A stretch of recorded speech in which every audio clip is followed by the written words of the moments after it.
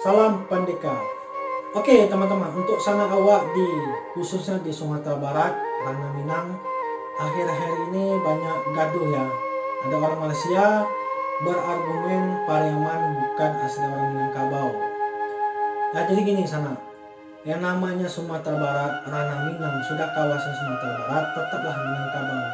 Jangan mau dipecah belah, jangan mau diadu domba sana. Ketawa orang luar sana, suku-suku orang luar ketawa lihat kita pecah belah, membahas tentang asli atau tidaknya Pariaman asli orang Minangkabau atau tidaknya. Yang namanya Sumatera Barat tetaplah Minangkabau. Jangan mau pecah belah sana, jangan mau diadu domba.